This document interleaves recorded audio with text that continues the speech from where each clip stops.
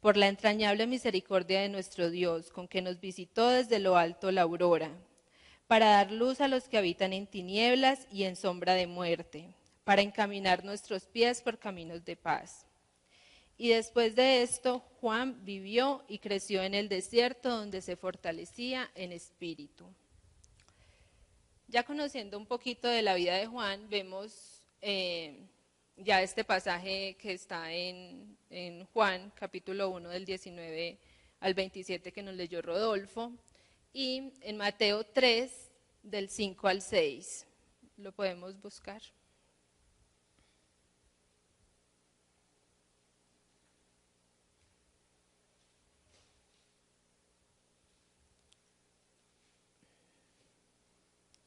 Bueno, dice Mateo 3, del 5 al 6. Y salía a él Jerusalén y toda Judea, y toda la provincia de alrededor del Jordán, y eran bautizados por él en el Jordán, confesando sus pecados.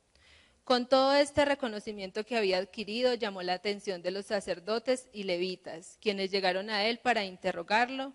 ¿Quién era él? Como podemos ver en Lucas capítulo 1, del 19 al 22.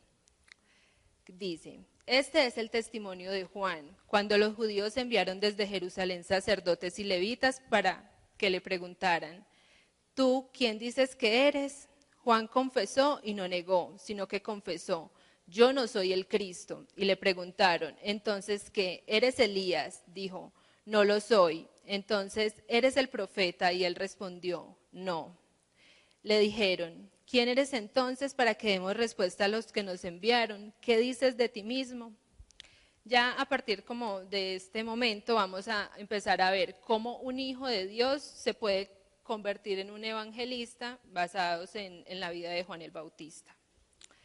Lo voy a exponer en 4 puntos. El primer punto es: para ser un evangelista debemos exaltar a Cristo. Cuando los fariseos le dijeron a Juan: ¿quién eres entonces? ¿Qué dices de ti mismo? Juan dijo: yo soy la voz que clama en el desierto, enderecen el camino del Señor, como dijo el profeta Isaías. Juan no pudo haber dicho esto sin tener una profunda convicción de quién era él.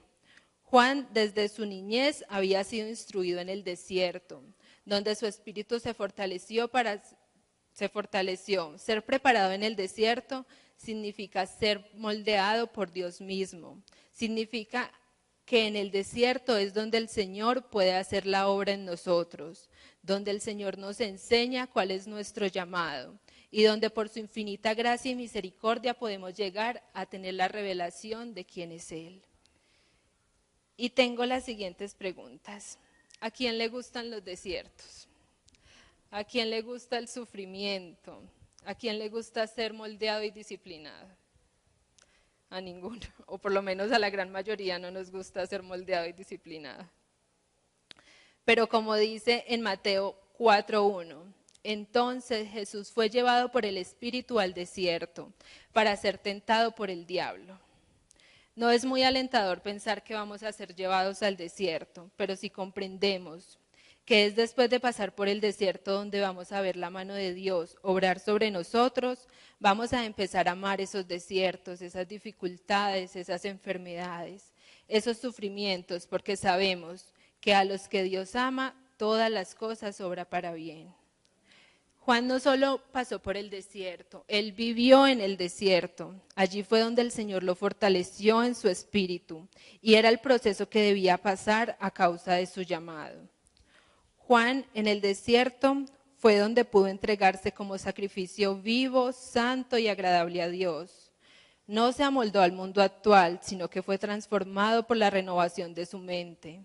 Había comprendido que no debía tener un concepto de sí más alto que el que debía tener, sino más bien pensaba de sí mismo con moderación, según la medida de fe que Dios le había dado. Juan nunca, en todo lo que está registrado en las Escrituras, buscó simplemente agradar a los hombres. Juan conocía a Dios y sabía que a él era a quien servía. Cuando los fariseos le preguntaron: ¿quién eres entonces? ¿Qué dices de ti mismo? Él pudo haber dicho: yo soy Juan, lleno del Espíritu Santo desde el vientre de mi madre, o el profeta más grande o algo así, pero él se limitó a decir lo que Dios le había enseñado que él era. La voz que clamaba en el desierto, quitando toda la atención de lo que él era y llevándolos a mirar a Cristo, quien vendría después de él. La alta estimación de nuestro Dios nos lleva a ponernos a nosotros en el lugar correcto. Así como Juan, nosotros somos llamados a ser la voz que clama en el desierto, los hijos de Dios que hemos nacido de nuevo, que nuestras vidas han sido totalmente transformadas por Dios, que han sido limpiados nuestros pecados por la preciosa sangre de Cristo y se nos han puesto nuevas vestiduras, quienes un día nos arrepentimos de la vida que llevábamos y cuando nos arrepentimos de nuestra vana manera de vivir nos bautizamos reconociendo ante el mundo que a partir de ese día moríamos para el mundo y vivíamos para Cristo. Hoy debemos levantarnos y proclamar las buenas nuevas, que Cristo murió por nosotros para darnos vida y que en Él está la esperanza de una vida eterna, que en Él está la paz que tanto anhela nuestra alma y el gozo que no se extingue a pesar de las circunstancias. Juan fue la voz que proclamó en el desierto y nosotros somos la voz que debe proclamar en nuestra casa, en nuestra familia, en nuestro trabajo, en nuestro barrio y en todos los lugares donde el Señor nos llame a ser portadores de un mensaje de esperanza, pero que ese mensaje implica arrepentimiento genuino y verdadero de todos nuestros pecados. Exaltar el nombre de Cristo es para los que viven apasionados por Él, porque Él no busca las personas más sabias y elocuentes. Él busca a personas con un corazón decidido a hacer su santa y preciosa voluntad en obediencia. Así esa obediencia sea contraria a lo que a veces queremos. Y el estar yo aquí hoy delante de ustedes, para mí significó un paso de obediencia, implicó someterme a la voluntad de Dios.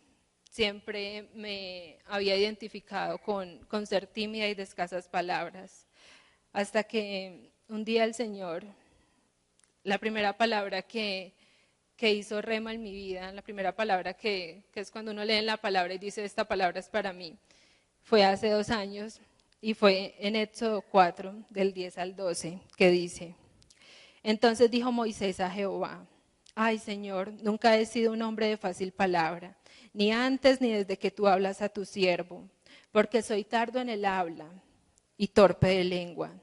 Y Jehová le respondió: ¿quién dio la boca al hombre? ¿O quién hizo al mudo, al sordo, al que ve y al ciego? ¿No soy yo Jehová? Ahora pues ve y yo estaré con tu boca y te enseñaré lo que hayas de hablar.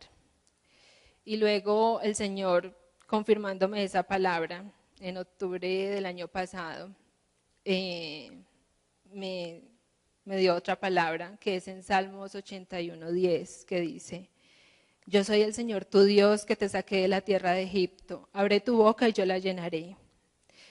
Quizá en ese momento yo no entendía el llamado que el Señor me estaba haciendo y todavía no lo termino de entender y creo que mientras esté con vida no lo terminaré de entender. Pero a veces caminar en el llamado que el Señor nos hace implica rendir nuestra voluntad y toda nuestra vida a Él. Por eso el título de este mensaje y la pregunta es: ¿tú quién dices que eres? Si aún nos estamos identificando con lo que antes de venir a Cristo éramos, o si ya nos estamos identificando con esa nueva vida que el Señor nos ha dado. Entonces, ahí nos queda esa pregunta a todos nosotros.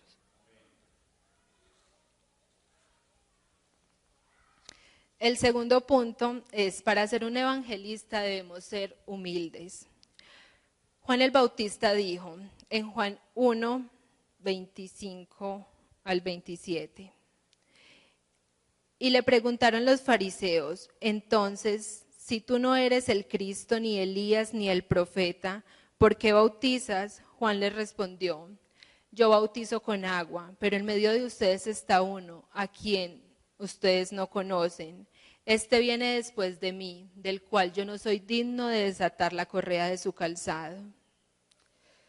Ahí podemos ver la gran humildad que tenía Juan para decir algo así. Desatar la correa del calzado era una de las labores más humillantes que habían para los esclavos de esa época.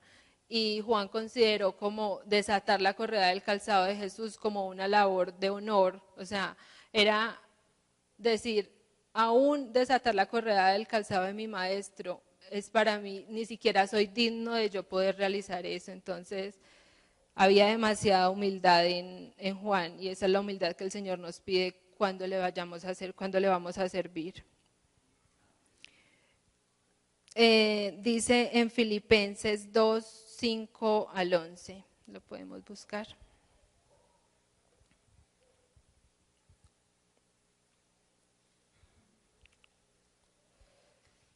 Haya pues en vosotros este sentir que hubo también en Cristo Jesús. Él, siendo en forma de Dios, no estimó el ser igual a Dios como cosa a que aferrarse, sino que se despojó a sí mismo. Tomó la forma de siervo y se hizo semejante a los hombres, mas aún hallándose en la condición de hombre, se humilló a sí mismo, haciéndose obediente hasta la muerte y muerte de cruz. La humildad es una característica indispensable en un siervo de Cristo. Dice en Jeremías 9, 23 al 24. Así dice el Señor, que no se gloríe el sabio en su sabiduría, ni el poderoso en su poder, ni el rico de su riqueza. Si alguien ha de gloriarse, que se gloríe de conocerme y de comprender que yo soy el Señor, que actúo en la tierra con amor, con derecho y justicia, pues es lo que a mí me agrada, afirma el Señor. Cuando nosotros tenemos un reconocimiento por nuestros talentos, que los talentos también son dados por Dios, lo primero que nace es el orgullo y es el corazón querer exaltarse por lo que ha hecho. Y yo recuerdo mucho, hay un himno que yo escucho mucho que se llama A Dios sea la gloria, que dice, quiero vivir una vida que te glorifique solo a ti, y si ganare alguna fama, también al Calvario la he de llevar. O sea, todos los triunfos y los reconocimientos que tengamos lo debemos llevar siempre al Calvario, debemos llevarlo siempre a la cruz de Cristo, porque es de la única manera que vamos a tener el corazón en humildad sin que se enaltezca. Bueno, como tercer punto, para ser un evangelista debemos reconocer nuestra vulnerabilidad. Todo lo que somos y las circunstancias por las que pasamos cuando somos hijos de Dios tienen un propósito eterno. Pero en nuestras noches oscuras, cuando no vemos la salida a nuestras situaciones, nuestra fe puede llegar a desfallecer. En la vida de Juan podemos evidenciar esta vulnerabilidad. Juan fue un hombre entregado a la causa de Cristo, puso su vida como sacrificio vivo a Dios. Su carácter era fuerte y exhortaba a todos a arrepentirse de sus pecados. De esta forma hizo con Herodes diciéndole, no te es lícito tener a la mujer de tu hermano. Y por eso fue enviado a la cárcel. Estando en prisión, mientras el ministerio de Jesús se extendía, él casi tropieza con sus dudas sobre si Jesús era el Mesías.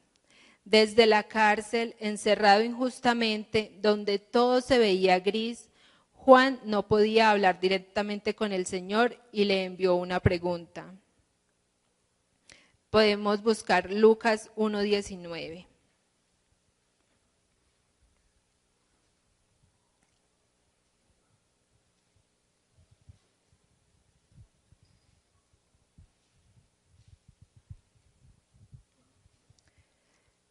Dice, llamando Juan a 2 de sus discípulos, los envió a preguntar al Señor, ¿eres tú el que ha de venir o esperaremos a otro?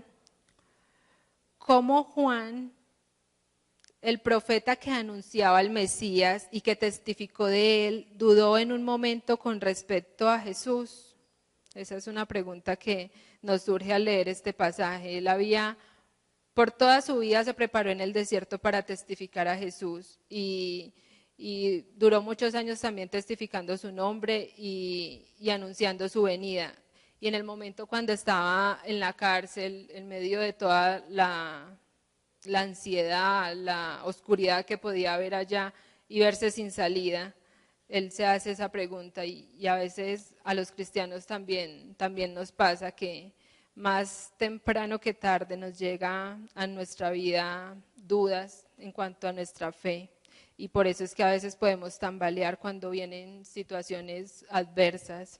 A veces nuestra confianza en Dios no es tan fuerte como quisiéramos. A veces las dudas y los temores pueden abrumarnos.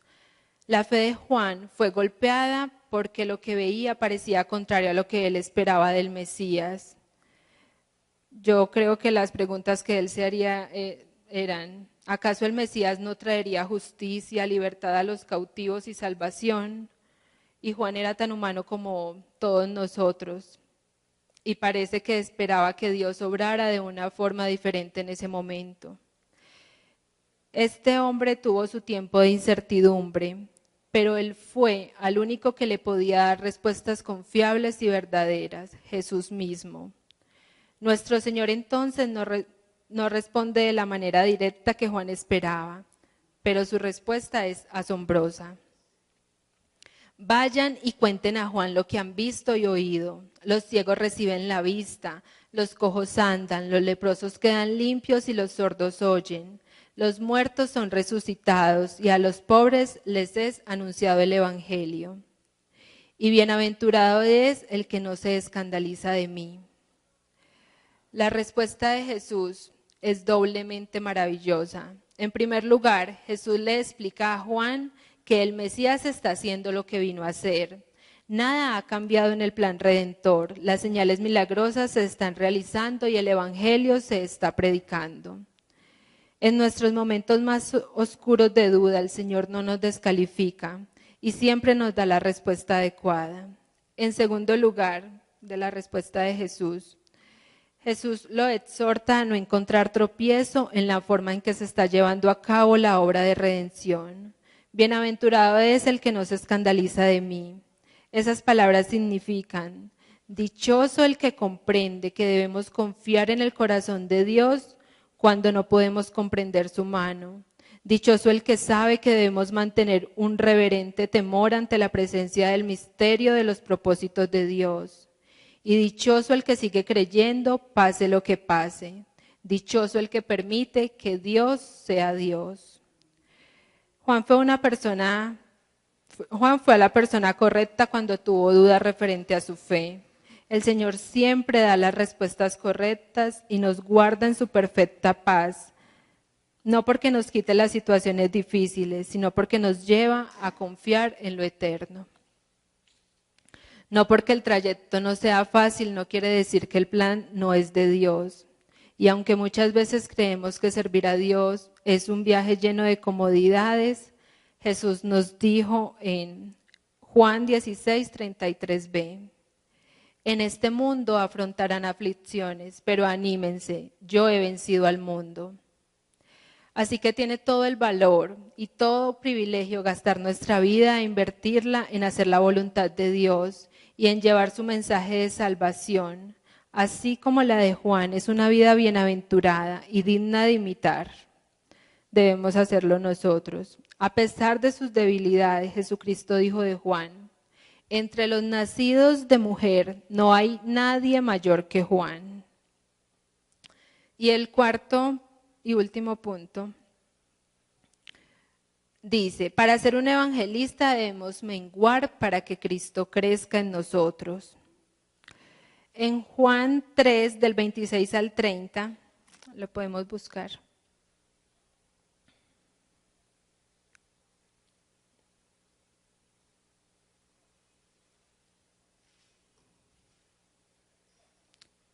Dice, Rabí, fíjate el que estaba contigo al otro lado del Jordán y de quien tú mismo diste testimonio. Ahora está bautizando y todos acuden a él. Nadie puede recibir nada a menos que Dios se lo conceda, respondió Juan. Ustedes me son testigos de que dije, yo no soy el Cristo, sino que he sido enviado delante de él. El que tiene a la novia es el novio, pero el amigo del novio, que está a su lado y lo escucha, se llena de alegría cuando oye la voz del novio. Esa es la alegría que me inunda. A él le toca crecer y a mí menguar. Mucho se nos habla en la iglesia que nosotros, la iglesia, somos la novia de Cristo y que debemos prepararnos pura y sin mancha para la venida de nuestro Señor. Pero aún hay muchas personas por ser salvas, que hacen parte de esa iglesia santa que el Señor, por la cual el Señor viene. Y por eso, como dice en Romanos 10, del 13 al 15, dice: porque todo el que invoque el nombre del Señor será salvo. Ahora bien, ¿cómo invocarán a aquel en quien no han creído? ¿Y cómo creerán en aquel de quien no han oído? ¿Y cómo oirán si no hay nadie que les predique? ¿Y quién predicará sin ser enviado? Así está escrito: qué hermoso es recibir al mensajero que trae buenas nuevas. Así que pidámosle al Señor que seamos nosotros esos mensajeros que vamos a menguar en nuestra vida para que Cristo crezca en nosotros y podamos nosotros llevar ese mensaje de salvación a tantas personas en el mundo. El mayor obstáculo de un siervo de Dios es la voluntad propia. Siempre nosotros estamos pensando en nuestros sueños y en nuestros deseos, pero cuando venimos a Cristo, nuestra perspectiva de la vida debe cambiar. Debemos saber que así como un día dijimos que moríamos para el mundo y vivíamos para Cristo, debemos actuar en obediencia a la voluntad que Él tiene para la vida de cada uno de nosotros. Spurgeon, uno de mis predicadores favoritos, bueno, después del pastor Giovanni, dijo: hermanos, la vida de Juan fue dura, pues su alimento consistía en langosta y miel silvestre. Sus ropas no eran las vestiduras delicadas que llevan los que viven en palacios, sino que se cubría con áspera piel de camello. Y así como su vida fue dura, su muerte fue dura también. Su arrojo lo condujo a un calabozo, su valerosa fidelidad le ganó la muerte de un mártir. He aquí un hombre que vivió abnegadamente y murió dando testimonio de la verdad y de la justicia. Y todo eso porque tenía una alta estimación de su maestro. Que nuestra estimación de Cristo crezca y aumente de tal manera que estemos dispuestos a cualquier cosa en la vida por Cristo e incluso a entregar nuestras vidas por causa de su nombre. Y con este pasaje podemos leer en Timoteo lo que le dijo Pablo a Timoteo en 2 de Timoteo 4, del 1 al 5. Lo podemos buscar.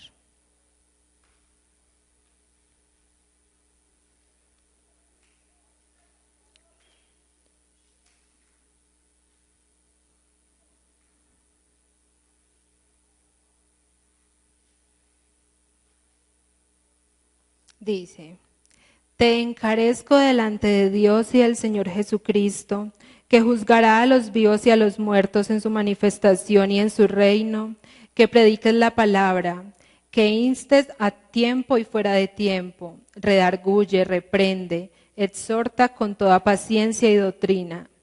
Porque vendrán tiempos cuando no sufrirán la sana doctrina, sino que teniendo comezón de oír, se amontonarán maestros conformes a sus propias concupiscencias, y apartarán de la verdad el oído y se volverán a las fábulas. Pero tú sé sobrio en todo, porque las aflicciones, soporta todas las aflicciones. Haz obra de evangelista, cumple tu ministerio. Y asimismo fue cuando Jesús nos hizo la gran comisión: vayan por el mundo y hagan discípulos. Nosotros somos los llamados a ir por el mundo y a proclamar las buenas nuevas en estos tiempos. Y pues ahora les pido que escuchemos una canción. Steven. Y que el Espíritu Santo nos ayude a que estas palabras entren a lo más profundo de nuestro corazón y que podamos actuar en obediencia a Él siempre.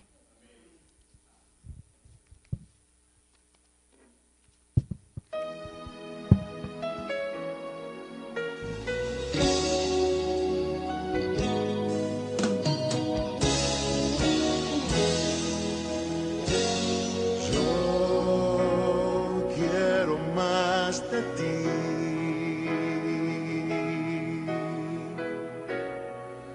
Y habitar en tu presencia, menguar para que crezcas tú, y cada día seré más como tú. Quebranta mi corazón, quebranta mi vida, te entrego mi voluntad a ti. Todo lo que soy, Señor, todo cuanto tengo es tuyo. Yo quiero menguar para que crezcas tú.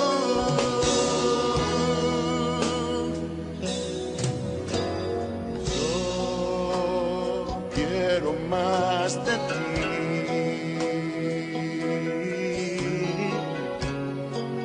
Y habitar en tu presencia, menguar para que crezcas tú, y cada día seré más como tú. Quebranta mi corazón, quebranta mi vida, te entrego mi voluntad a ti. Todo lo que soy, Señor, todo cuanto tengo